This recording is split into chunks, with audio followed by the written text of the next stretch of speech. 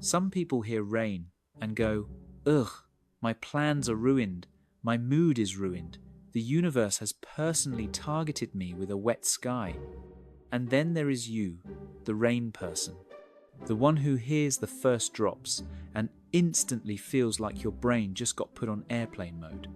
Everyone else sees grey and thinks doom. You see grey and think, finally, peace. So what is that?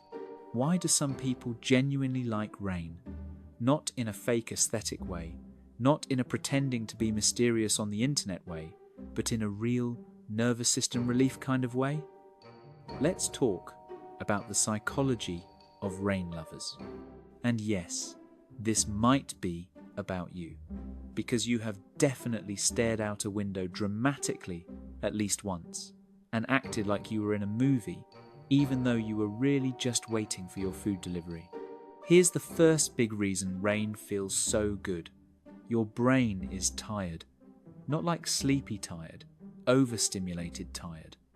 Modern life is basically a non-stop festival of noise, notifications, bright screens, social pressure, and random people making eye contact with you in elevators. Your senses are constantly being poked with little sticks. Rain changes the entire sensory environment. The sound becomes steady and predictable. The light becomes softer. The world gets quieter because people stop driving like they're in an action scene.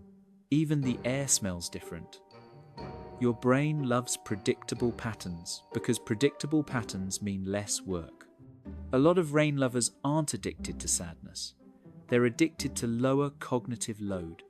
Rain is like the universe saying, relax, I turned down the volume for you. That steady rain sound is also a special kind of audio comfort. You've probably heard people say rain is like white noise, but it's more like nature's built-in sound blanket, something that masks sudden, sharp noises. A slammed door, a honk, a neighbor yelling into their phone like the phone is guilty of something. Rain covers it. Your brain doesn't have to flinch as much.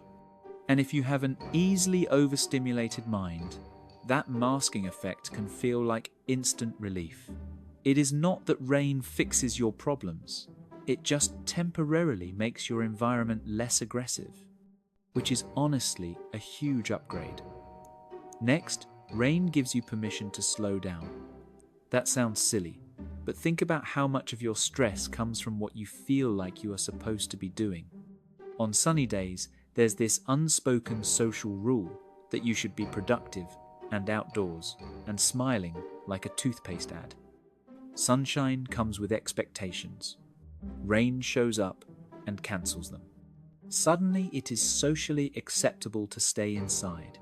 It is socially acceptable to not go to that thing you didn't want to go to anyway. Rain is basically the perfect excuse with plausible deniability. You can say, I would love to, but the weather, and everyone nods like the weather is a strict parent. For rain lovers, that permission feels like safety. It feels like a break from performance. And that ties into personality too. People who lean more introverted or more reflective often like rain because it matches their internal pace. Rain doesn't demand you go be a shiny, extroverted creature. Rain says, sit down, think, read, make tea, stare into the distance like you're processing a tragic backstory. It invites inward attention. Now let's talk about the emotional vibe of cloudy weather, because this is where people get it wrong. A lot of people assume grey equals depressing. Sometimes, sure. But for some personalities, bright sunshine is the depressing thing. Not emotionally depressing, but sensory depressing. Bright light can feel harsh. Clear skies can feel exposed. There is a reason some people love hoodies and dim rooms and night drives. It's not just fashion, it's comfort. Cloud cover lowers contrast. It softens the world.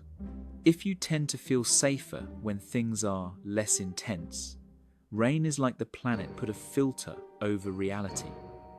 And that feeling of safety is powerful. It can make you more focused, more calm, And yes, sometimes more creative. Creativity loves rain for one simple reason: fewer distractions. When it rains, the outside world becomes less tempting. The party is cancelled. The park is empty. The streets are glossy and dramatic, but not in a way that makes you want to go do errands. So you turn inward. And inward is where imagination lives. A lot of writers, artists, and deep thinkers talk about rainy weather as their best mental condition. Not because rain gives you superpowers, but because rain reduces input and increases reflection. If your mind is the type that runs deep, rain is basically a green light to dive. Also, rain triggers memory like crazy. Smell is tied to memory, and rain changes smell. The earthy scent after rain, that fresh, wet soil smell, can instantly pull you into old feelings. Childhood, a safe home, being inside while storms happened outside. Or maybe walking home from school, soaked, laughing, feeling like the world was wild, but you were fine. If you have good associations with rain, your brain files rain under comfort. And later in life, when you hear it again, your body remembers that comfort before you even think about it. That's why rain can feel like nostalgia without a clear reason. It's not magic, it's your brain doing emotional shortcuts. Another big factor is control. Rain changes the rules of the world. It slows everything down, and it forces everyone to adapt. For people who feel anxious in the chaos of normal social life, rain can feel like a reset. It makes the environment more structured. People move slower, the vibe is calmer, even conversation changes. Nobody is yelling, "Let's go do 10 activities." Everyone is like, maybe we just exist. And if you're the type who finds normal life too loud, too bright, too fast, rain is like having the speed limit enforced. Now, there's also a weird, slightly dark comfort in storms. Hear me out. A storm is the safe version of danger. You get the drama without the consequences. Thunder, wind, the sky doing sound effects like it's angry. And you're inside, protected, watching it like a little human in a warm box going, wow, nature is having a moment. Psychologists sometimes talk about how people enjoy controlled fear, like horror movies, haunted houses, roller coasters. A storm can be like that. You feel the power of something bigger than you, but you are not actually in the middle of it, so your nervous system gets a thrill with a side of safety. That combination can be addictive in the healthiest way possible, assuming the storm is not actively trying to remove your roof. And yes, there's a term people throw around online, pluviophile, someone who loves rain. Is it a clinical diagnosis? No, you will not be prescribed rain by a doctor. But as a personality label, it makes sense. People like categories. They like feeling like there's a word for their vibe. And rain lovers often feel misunderstood because society is obsessed with sunshine. Rain has a branding problem. Sunshine is marketed as happiness, success, vacation, new beginnings. Rain is marketed as inconvenience, sadness, and wet socks. So when you like rain, you feel slightly rebellious, like you discovered a secret menu item that most people ignore, and that alone can feel satisfying. But let's get into the deeper emotional patterns, because rain lovers often share a few. One is sensitivity, not weakness. Sensitivity, as in you notice details. You pick up on atmosphere. You feel shifts in energy, in sound, in light. Rain is rich in sensory detail without being chaotic. It's textured, it's rhythmic. It's a whole sensory experience that is immersive but not aggressive. If you are someone who gets overwhelmed by unpredictable noise, rain is predictable. If you get bored by silence, Rain gives you enough stimulation to feel alive. It's a perfect middle ground. Another pattern is introspection. Rain invites you to reflect because it literally reduces external stimulation. It makes you think about your life. Sometimes that's comforting. Sometimes that's annoying.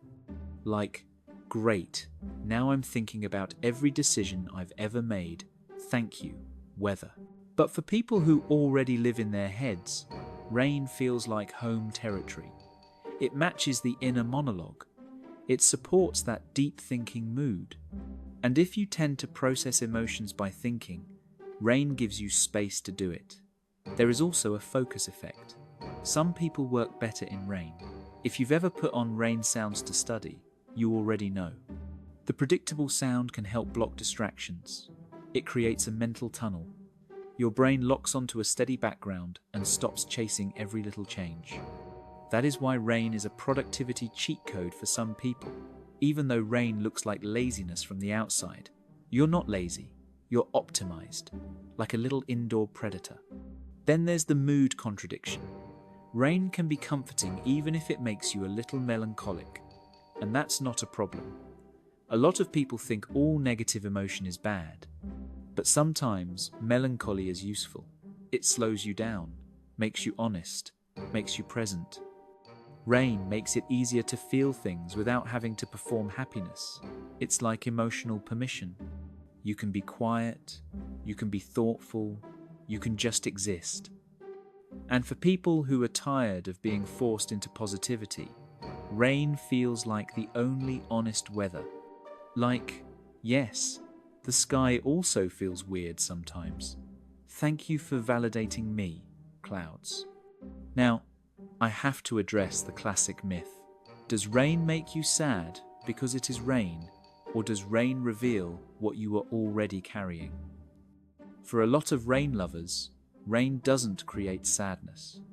It creates space. And in that space, you can finally hear yourself. Some people don't like that. That's why they hate rain. Rain takes away distractions and leaves you alone with your thoughts. For some people, that's a nightmare. For you, it might be a relief. Because the quiet is not empty, it's calm. And calm can feel like happiness when your baseline has been stress. There's also the social factor. Rain reduces social pressure, fewer people out, fewer spontaneous plans, fewer random conversations. Rain is an introvert's natural defense system. It's like nature installed a boundary. If you feel drained by constant social interaction, rain days can be restorative. Not because you hate people, but because your battery charges differently. You don't need a party to feel alive. You need a blanket and a window and the sound of rain like a soft drumline. Some people like rain because it feels romantic. Not romance like couples holding hands in the rain, although sure, if you want to do that and catch a cold for love, be my guest. Romantic as in emotionally cinematic. Rain turns the world into a mood. Streets shine, lights reflect. Everything looks like a memory.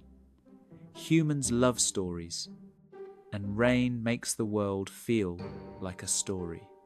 That's why you suddenly want to journal and listen to music and stare dramatically at nothing. Rain makes ordinary life feel significant. Like something is happening, even if the only thing happening is you eating snacks. So what does all this mean? It means liking rain is not weird. It's not you being broken. It's your nervous system liking what it likes. Rain gives predictable sound, softer light, fewer expectations, more permission to slow down, and a natural shift toward introspection and focus. It can feel safe, creative, and emotionally honest. And yes, it can also feel a little dark and cozy, like a controlled apocalypse. The world is wet, the sky is angry, and you're inside like, this is fine, this is my best life. If you're a rain lover, you can lean into it without turning it into a personality cult. although I know you want to. Build little rituals that match that state. Work during rain. Read during rain. Use rain sounds when life is too loud. And if someone tells you rain is depressing, just smile politely and let them go worship the sun like a confused lizard. You don't need to explain yourself. You already know the truth. The truth is that when the world gets quieter and the sky turns grey, your brain finally gets to breathe. And honestly, that's not gloomy. That's peace.